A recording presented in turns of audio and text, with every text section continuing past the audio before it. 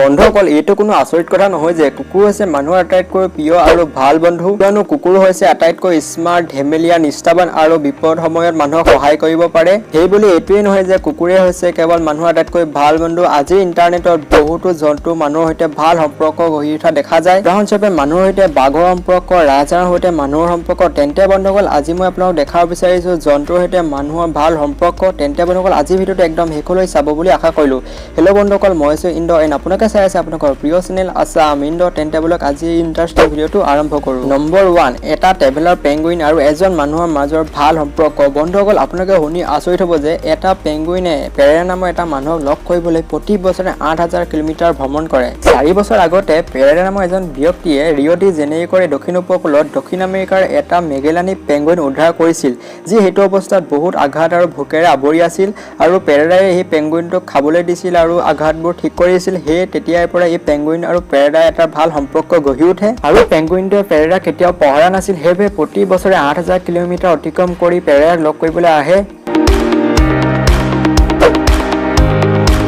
Number 2 Chennai Tommy নামৰ এটা কুকুৰ আৰু তাৰ মালিকৰ কাহিনী এই টমি এটা মালিকৰ মৃত্যু হোৱাৰ পিছতো মালিকৰ কবৰত মালিক উভতি অহাৰ অপেক্ষা কৰি আছিল টমিক বহু বছৰ আগতে তাৰ মালিক ভাস্কৰে এটা বাটত লগ পাইছিল সেইটো অৱস্থাত টমি বহুত ভোকত আছিল আৰু তাৰ অৱস্থা ভাল নাছিল প্ৰথমতে ভাস্কৰে টমিক ঘৰলৈ নিব বিচৰা নাছিল কিয়নো মাকে তাৰ অনুমতি দিয়া নাছিল পিছত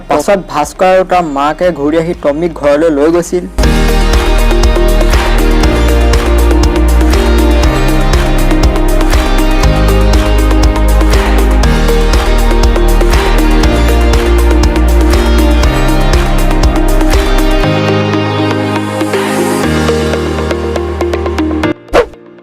পাছত দুয়োৰে মাজত বহুত ভাল বন্ধুত্ব হৈ গৈছিল আৰু দুয়োটা একেলগে ধেমালি কৰিছিল খেলিছিল কিন্তু এটা পথ দুৰ্ঘটনাত ভাস্কৰৰ মৃত্যু হৈ যোৱা টমিৰ দুখ সহ্য কৰিব পৰা হোৱা নাছিল আৰু সেইবাবে সি ভাস্কৰ ঘূৰি আহিব বুলি তাৰ কবৰত সদায় অপেক্ষা কৰিছিল লাষ্টত ভাস্কৰৰ মাকে তাক ঘৰলৈ লৈ গৈছিলগৈ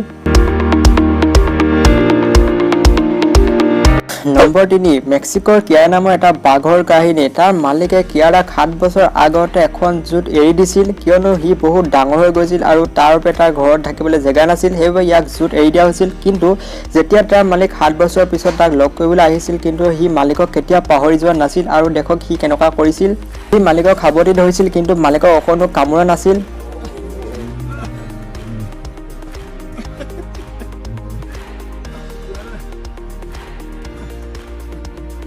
She's been with me like for 14 months or something like that.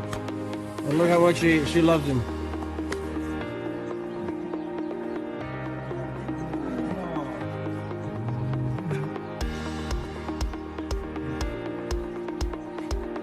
¿Dónde está ahí? Aslan.